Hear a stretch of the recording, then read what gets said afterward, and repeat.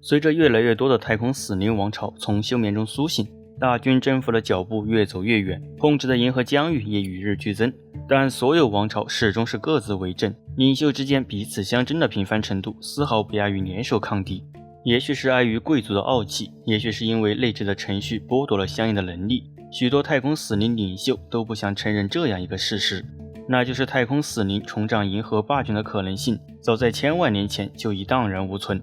但末代寂静王斯扎拉克的归来也许将改变银河的局势。就在寂静王归来的同时，大联系的开启触发了反混沌协议，并由此释放了一个被长久监禁的墓穴纪事分支，即所谓的技术隐修会。当年寂静王亲自下令将这些人永远埋葬，因为他们不但拥有令其他王朝黯然失色的卓绝技术，还组成了一个统一的联合体，直逼三圣议会的权威。但现在斯扎拉克的计划无论格局还是野心都异常庞大，于是他决定与技术隐修会接触，争取他们的支持。寂静王的远大构想虽未能说服所有人，但还是成功打动了一部分墓穴技师。斯扎拉克计划用黑石巨柱摆成众多阵列，创造出被无知人类取名为屈宁死域的区域。每一片这样的区域都跨越了宽广的宇宙，其中辐射出的能量经由黑石网络逐步传递，最后将整个银河都笼罩在粉碎灵魂的能量之中。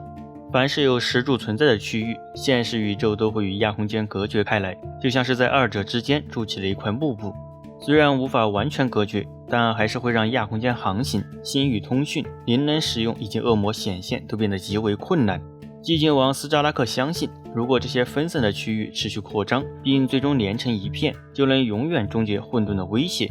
但这还只是计划的目标之一，能量在抑制亚空间扩张的同时，也会消灭低等种族。位于屈宁死域内的活物会变得麻木并深陷绝望，这种情形将随着时间的推移越发严重，直到他们的灵魂不可逆转的死去，只剩下一具行尸走肉，然后正好可以作为进行逆向身体转移实验的绝佳容器。末代寂静王希望通过这项宏伟大计以及技术隐修会的协助，扭转他当年施加在巨王者身上的诅咒，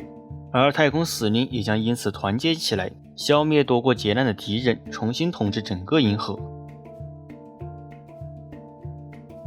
随着永夜浩劫带来的黑暗逐渐褪去，无数帝国世界发出的求救信号响彻虚空，但是尼菲利姆子星区的各个星系却一片死寂，既没有惊慌的尖叫，也没有痛苦的哀嚎。部区远征指挥部很快意识到，这样极端的静默不但极不寻常，而且可能暗藏杀机。他们不敢对这个失联区域掉以轻心，因为可能有什么未知的恐怖正藏于其中。好消息是，可能是一些有待调查的特殊现象，例如那片区域的永夜浩劫尚未消退，或是当地帝国人口已经全部死亡。坏消息是，可能有其他帝国之敌正在统治这片寂静区域，威胁着巴达布和夜曲星以南的地区。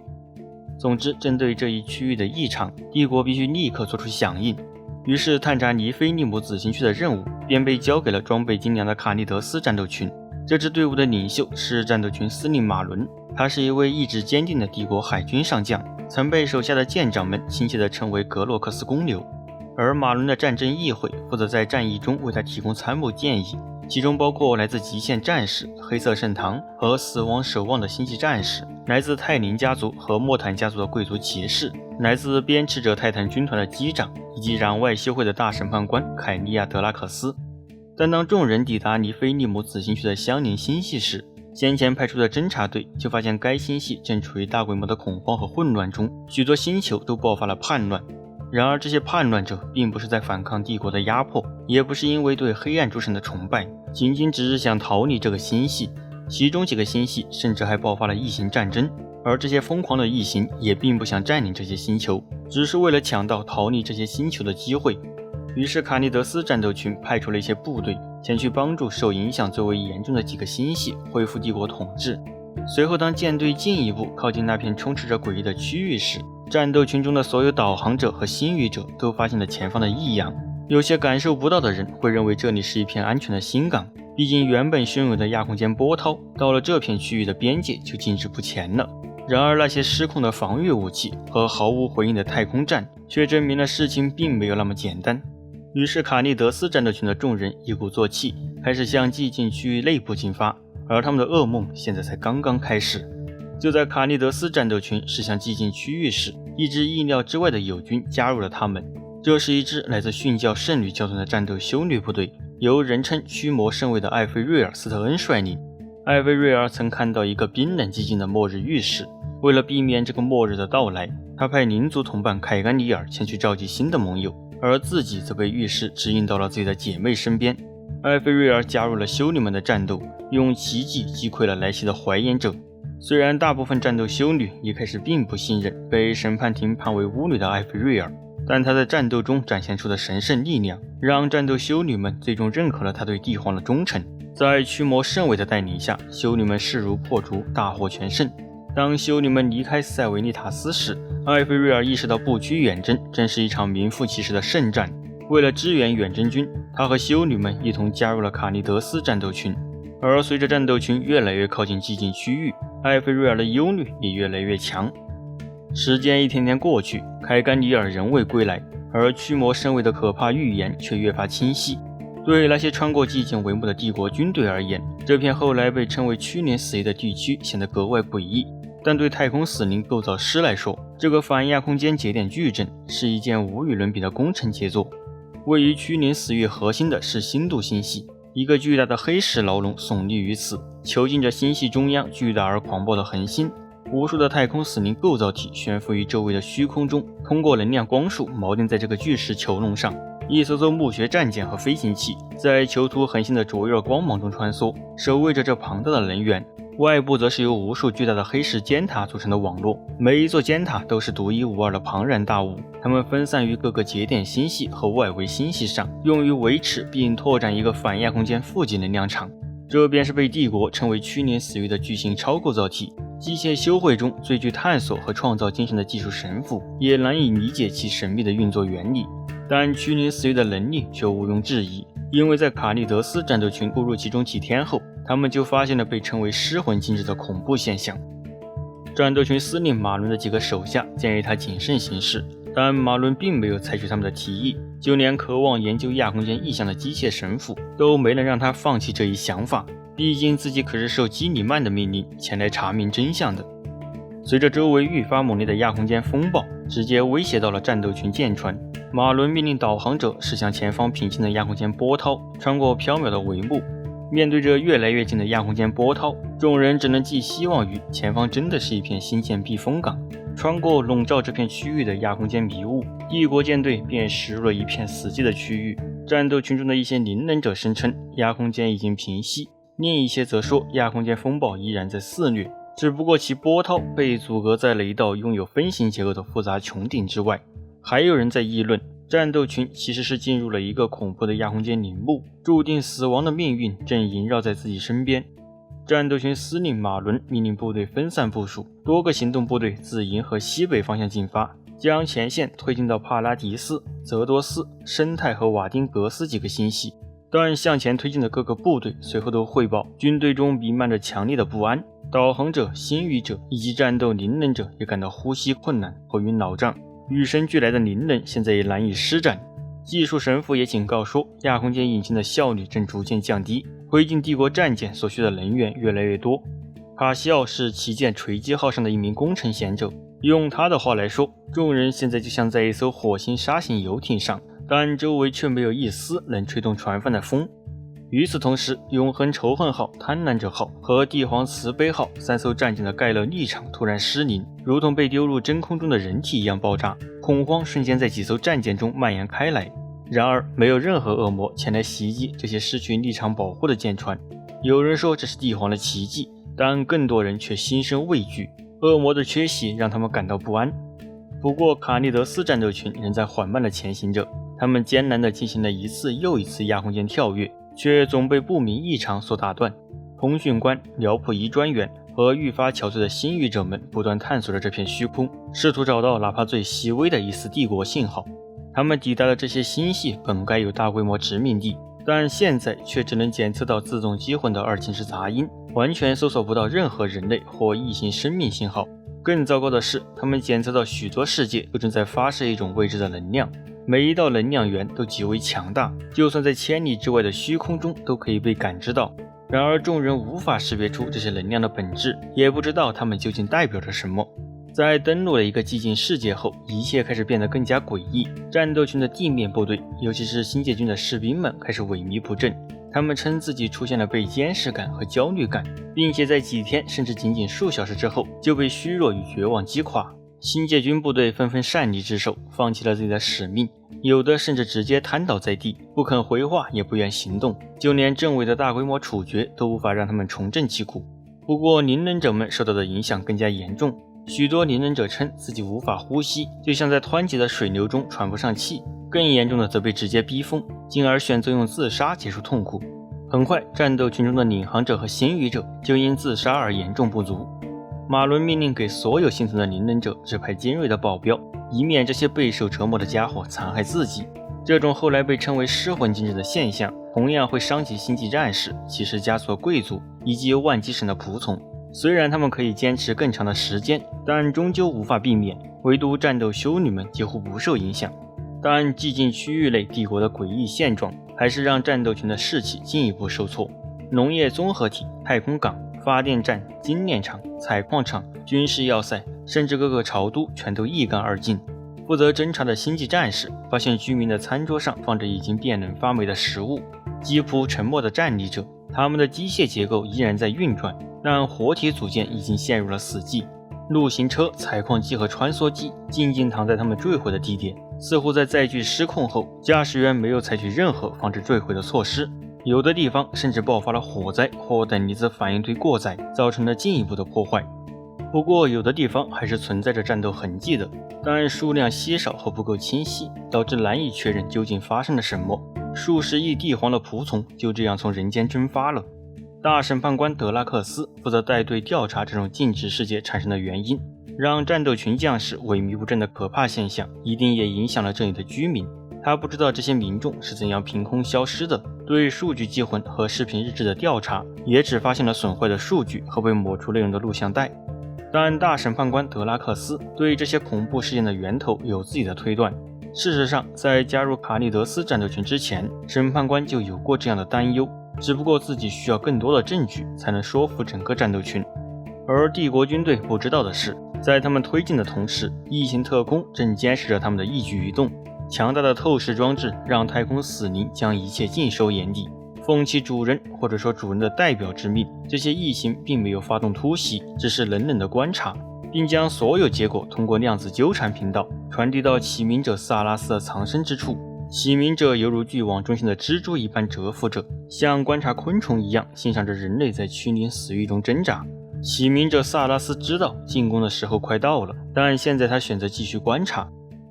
战争的导火索是自一支极限战士部队对梅斯莫克星球发动的行星突击。这颗星球位于泽多斯星系，极限战士来此的任务便是调查自星系丛林中发出的异常能量。这些基尼曼的子嗣很快就发现了一座由黑石制成的尖塔，这个建筑的周长高达数英里，高耸的尖端刺穿了行星的对流层，云层不自然地围绕着塔顶旋转。极限战士们迅速辨认出这座簇拥着尖塔的古怪建筑是太空死灵的造物，也确认正是这座尖塔中不断涌出的波动令帝国战士们举步维艰。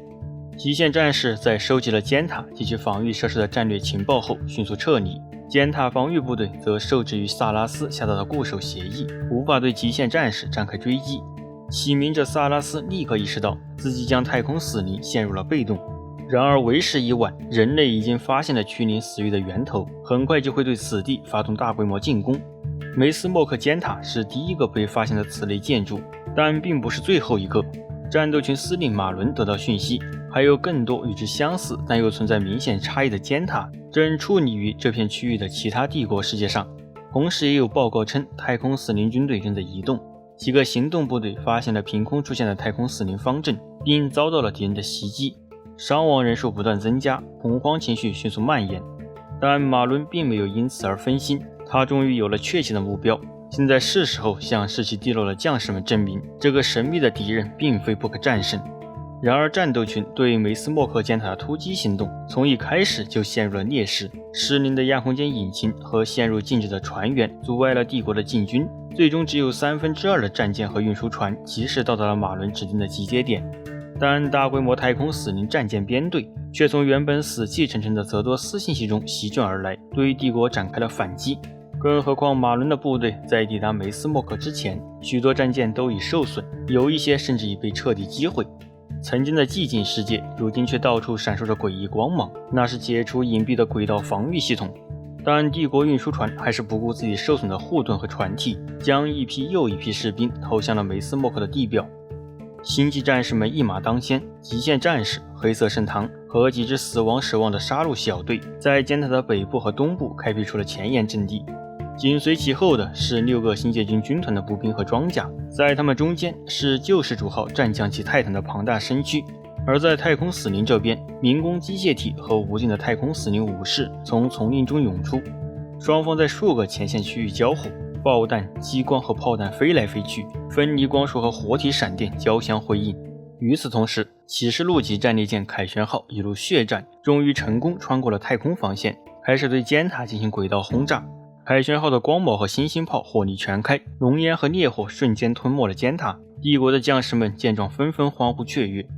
然而当烟尘散去时，尖塔毫发无伤地矗立在烈火之间，闪烁的量子盾让这座建筑安然无恙，所以地面进攻成为了摧毁梅斯莫克尖塔的唯一选择。然而事实证明，这一计划也难以实现。星际战士们杀出了一条血路，推进到了距离尖塔半英里的区域。但尖塔的恐怖影响已经让星界军极度衰弱，时间一分一秒流逝，陷入崩溃或昏倒的士兵就越来越多。太空死灵这边也发现了帝国的弱点，从金字塔建筑中换出了一批强大的战争机器。悬浮的方尖碑用猛烈的能量轰击，摧毁了瘫痪的黎曼鲁斯坦克和先驱者小队。末日方舟的侧舷骑射将突击仲裁者小队变成了发光的尘埃。接连不断的火力击溃了救世主号的虚空盾，这台泰坦在异形武器的猛烈轰击下摇摇欲坠。好在星际战士的强大战力和对帝皇的信念，让这场失败没有继续扩大。星际战士在崩溃的星界军撤退时，为他们提供了火力掩护。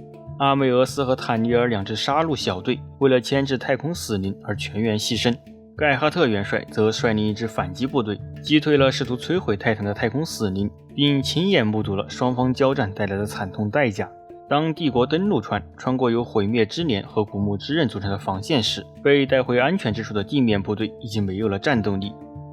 对梅斯莫克的突击行动成为了一场彻底的耻辱，这是无法隐瞒的事实，并且卡利德斯战斗群再也无法承担这样的损失。与此同时，许多原本还沉寂的静止世界转眼间变成了血腥的战场。随着越来越多的太空死灵部队对帝国展开反击，局势开始变得极为严峻。因为梅斯莫克的惨败令卡利德斯战斗群一蹶不振，战士们在尖塔能量的影响下奄奄一息，在各个战场被死灵大军碾压，卡利德斯战斗群即将彻底溃败。但众人不能坐以待毙，战斗群司令马伦开始集结预备军力，并尝试召回前线的行动部队。但新语者们向外部星系发送讯息的尝试失败了。据一位即将疯狂的灵能者描述，他们如同在噩梦之中，想要大声呼喊，却只能发出呻吟。于是作为替代方案，战斗群派出了几艘通讯船沿着原路返回，但谁也不知道亚空间引擎能否正常工作，更不知道导航者能否成功指引他们离开去年死域。在维吉拉、卡利夫和帕拉迪斯3号的世界上，帝国军队同样遭受了惨痛的损失。与之交战的是无穷无尽的太空死灵，参谋们从中辨认出了大大小小若干个死灵王朝的标志，而在此之前，帝国从未遇见过如此大规模的太空死灵联盟。帝国军队屡战屡败，但卡利德斯战斗群彻底搞清楚了一件事，那就是太空死灵正是用这些黑石尖塔，让整片区域笼罩在了诡异的衰弱下。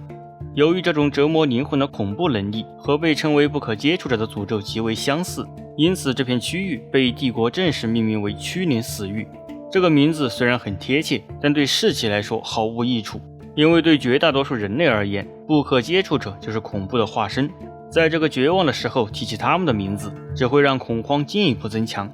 在众人不知所措的时候，驱魔神卫艾菲瑞尔私下找到了战斗群司令马伦，希望能率领部队展开一次反击，以重振士气。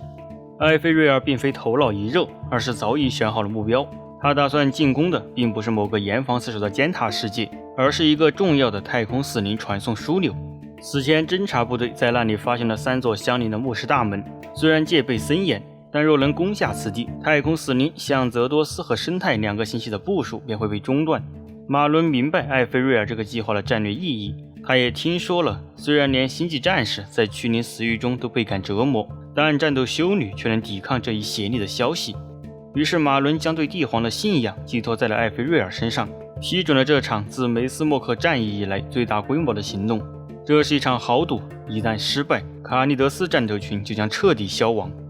根据帝国记录，这次的目标位于罗莫尔星系的切瑞斯星球。艾菲瑞尔率领着第7行动部队，经由静止的亚空间艰难地向目的地进发，而马伦剩余的部队则因为距离过远，无法为他们提供支援，所以这一次战斗的成败将完全由艾菲瑞尔他们自己承担。切瑞斯是一颗环境险恶的极地星球，因为距离恒星太过遥远，所以光线昏暗，天寒地冻，还有致命的暴风雪。虽然对于太空死灵来说环境无关紧要，但对于帝国部队却是个凶险的战场。然而战士们并没有迟疑，在殉教圣女修会和血腥玫瑰修会的战斗修女带领下，帝国的大军踏上了这颗冰冷的星球。艾菲瑞尔斯特恩率领部队向南极的牧师大门进军，2座巨大的轨道突击教堂和莫坦家族的几座重型登陆城堡穿过呼啸的暴风雪，宣告着战斗的开始。太空死灵的庞大工事如同一座城市，各种建筑扎根于冰封的基岩中，四周的丘陵上布满了威力强大的防御武器，如果不优先将其摧毁，这次的计划就不可能成功。另一些太空死灵建筑将3座牧师大门围在中心，又被数层量子盾层层保护，而接近目标的唯一路线是一条宽阔的峡谷，期间可见零零散散的建筑废墟。此地易守难攻，一旦进入就会遭遇各个方向的敌军火力。这虽然是众人唯一的选择，但并不意味着他们会傻傻走到敌人的枪口下。战斗的第1枪来自轨道突击教堂，他们一边降下，一边向太空死灵攻势发射密集的弹幕。帝国军队知道死灵的建筑有量子盾保护，于是他们将火力转向了山脉本身，用数百万吨炸弹将大型掩体打得分崩离析，扬起无数岩石和碎冰。